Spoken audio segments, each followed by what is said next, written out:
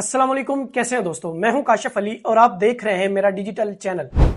ناظرین، ایران اور اسرائیل کے درمیان پچھلی کئی دہائیوں سے لڑی جانے والی شیڈو وار اب ایک اوپن لڑائی میں بدل چکی ہے، اور اگرچہ اب تک ایران کے پاس اسرائیل جتنی فورن سپورٹ یعنی بین الاقوامی سپورٹ نہیں ہے،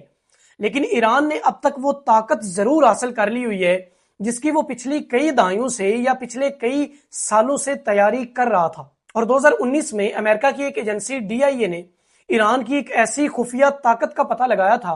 جس کے بعد تب سے لے کر اب تک ایران نے ان دونوں ملکوں کی نیندیں حرام کر رکھی ہیں۔ دوستوں، میں نے اپنے اس سے پچھلے ولاگ میں آپ لوگوں کو بتایا تھا کہ کیسے اسرائیل امریکہ کے ہتھیاروں اور امریکہ کی مدد کے بغیر نہ تو یہ جنگ لڑ سکتا ہے اور نہ ہی وہ یہ جنگ جیت سکتا ہے،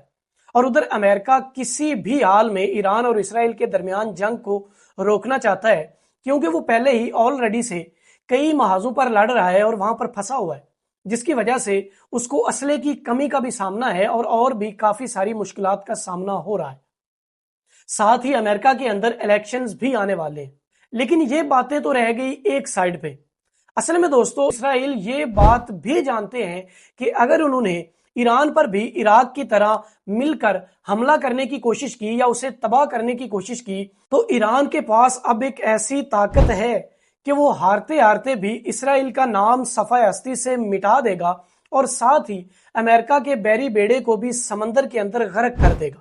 لیکن دوستو، اب اصل سوال اور اصل بات یہ ہے کہ آخر کار ایران کے پاس ایسی کون سی خفیہ ٹیکنالوجی اور کون سی خفیہ طاقت ہے جس سے اسرائیل اور امریکہ جیسی سپر پاور طاقت بھی گھبراتے ہیں کہ اگر اب ایران کے ساتھ کوئی ڈائریکٹ جنگ چھیڑی یا عراق کی طرح مل کر اس پر حملہ کرنے کی کوشش کی تو وہ اپنی سلامتی کے لیے کسی بھی حد تک جائے گا اور وہ اپنی اس طاقت کو بھی استعمال کرے گا، جس کا اظہار ایران کے سپریم لیڈر کئی دفعہ اپنے بیانات میں کر بھی چکے ہیں کہ اگر امریکہ اور اسرائیل دونوں میں سے کسی نے بھی ایران کی سلامتی کی طرف میلی آنکھ سے دیکھا تو ایران پھر کسی بھی حد تک جانے سے گریز نہیں کرے گا اور وہ اپنی طاقت کا استعمال کرتے ہوئے اسرائیل کا نام صفحہ ہستی سے مٹا دے گا اور ساتھ ہی امریکہ کے بحری بیڑے کو بھی سمندر میں غرق کر دے گا۔ اب اصل میں ایران کی وہ ٹیکنالوجی جس کی بنیاد پر ایران نے یہ دھمکی دی ہوئی ہے اور امریکہ اور اسرائیل دونوں جس ٹیکنالوجی سے ڈر رہے ہیں اور گھبرا رہے ہیں، وہ ٹیکنالوجی ہے ایران کی میزائل ٹیکنالوجی۔ اب دوستو، آپ لوگ سوچ رہے ہوں گے کہ میزائل ٹیکنالوجی تو اسرائیل اور امریکہ کے پاس بھی کمال کی ہے اور ساتھ ہی ان کے پاس تو کئی طرح کے ایئر ڈیفنس سسٹم بھی ہیں جو بیلسٹک میزائلز تک کو روک سکتے ہیں، یعنی میزائلز کو ہوا کے اندر ہی تباہ کر سکتے ہیں زمین پر لگنے سے پہلے۔ اب دوستو، یہی تو وہ انٹرسٹنگ بات اور یہی تو وہ بڑی گیم ہے جو ایران نے ان دونوں ملکوں کے ساتھ کھیلی ہے اور ان کا مذاق بنا کر رکھ دیا ہے۔ جیسے ہم سب لوگ یہ جانتے ہیں کہ ایران ٹیکنالوجی کے لحاظ سے اسرائیل اور امریکہ کا مقابلہ کسی بھی صورت نہیں کر سکتا اور وہ ٹیکنالوجی کے لحاظ سے ان دونوں ملکوں سے کئی گنا پیچھے ہے، اور اسی طرح ایران بھی پچھلے کئی سالوں سے یہ بات جانتا ہے کہ وہ ٹیکنالوجی میں تو ان دونوں ملکوں کا مقابلہ کسی بھی صورت نہیں کر سکتا، جس کی وجہ سے اس نے پچھلے کئی سالوں سے اپنے دفاع کو مضبوط بنانے کے لیے اپنے دفاع پر کام کرنا شروع کیا تھا۔ اور جب اس نے سب سے پہلا اپنا میزائل سسٹم بنایا تھا اور اس کے بعد ایران یہ بات اچھی طرح سے جانتا تھا کہ اب اس کے پاس صرف ایک ہی آپشن ہے کہ وہ اپنے میزائل سسٹم کو اتنا اچھا اور اتنا ماڈرن بنا لے کہ اس کے دفاع کو کسی قسم کا بھی کوئی نقصان نہ پہنچ سکے یا اس کی سلامتی کو کسی قسم کا کوئی بھی نقصان نہ پہنچے، جس کی وجہ سے اس نے اپنی پوری محنت سے اور اپنی پوری لگن سے پچھلی کئی دہائیوں سے اپنے میزائل سسٹم کے اوپر کام کیا ہے، اور اس کے بعد ایران کے پاس اب ایک ایسا میزائل سسٹم ہے جس کا وہ استعمال کر سکتا ہے اور اسرائیل کو مکمل طور پر تباہ کر سکتا ہے۔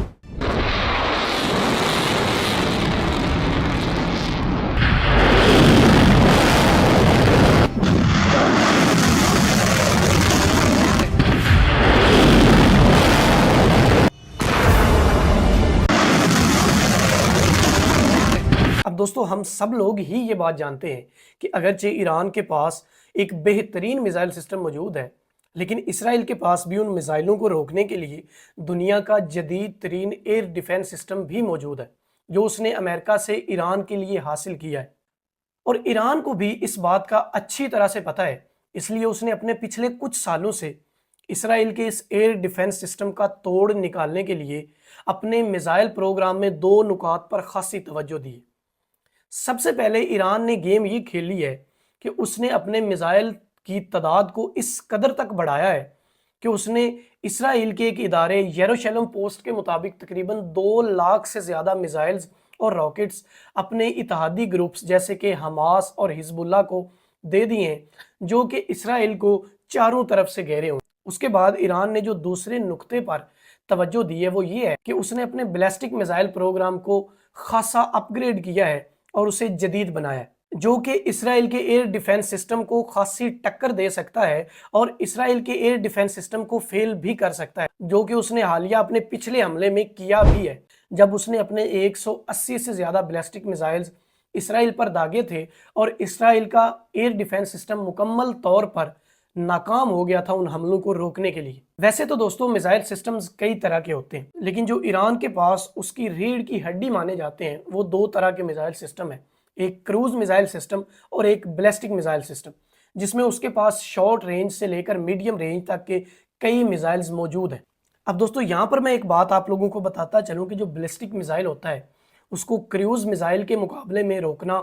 کسی بھی ایئر ڈیفنس سسٹم کے لیے خاصا مشکل کام ہوتا ہے، اور وہ کسی بھی ایئر ڈیفنس سسٹم کو دھوکہ دے سکتا ہے یا اسے ناکام بنا سکتا ہے، کیونکہ اس کی سپیڈ کروز میزائل سے کئی گنا زیادہ ہوتی ہے۔ اصل میں دوستو جو کروز میزائل ہوتا ہے وہ زمین کی گریوٹی کے اندر رہ کر اپنے ٹارگٹ کی طرف بڑھتا ہے، یعنی جیسے آپ سمجھ لیں کہ ایک ہوائی جہاز کام کرتا ہے، بالکل کروز میزائل بھی اسی طرح کام کرتا ہے، یعنی وہ ایک گائیڈڈ میزائل ہوتا ہے اور اس کو لانچ کرنے کے بعد بھی اسے کنٹرول کیا جا سکتا ہے۔ لیکن دوستو جو بیلسٹک میزائل ہوتا ہے وہ اس سے خاصا مختلف ہوتا ہے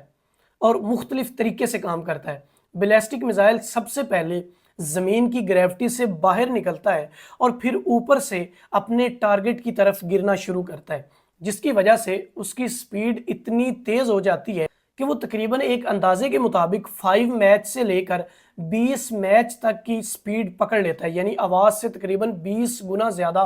سپیڈ پکڑ لیتا ہے،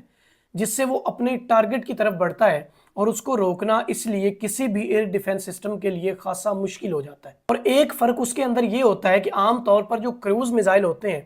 وہ صرف ایک ہی وار ہیڈ لے جانے کے قابل ہوتے ہیں یا ایک ہی وار ہیڈ لے کر جاتے ہیں، لیکن جو بیلسٹک میزائل ہوتا ہے اس کے اندر ایک سے زیادہ وار ہیڈ بھی لے جائی جا سکتی ہیں۔ اب دوستو یہی وہ بگ گیم ہے جو ایران نے اسرائیل اور امریکہ کے ساتھ کھیلی ہے کہ اس نے سب سے پہلے جہادی گروپس کی مدد کی ہے، یعنی جو اس کے اتحادی گروپس ہیں جیسے کہ حزب اللہ اور حماس، اس کو اس نے تقریباً 2 لاکھ سے زیادہ راکٹس اور میزائلز دے دیے ہوئے ہیں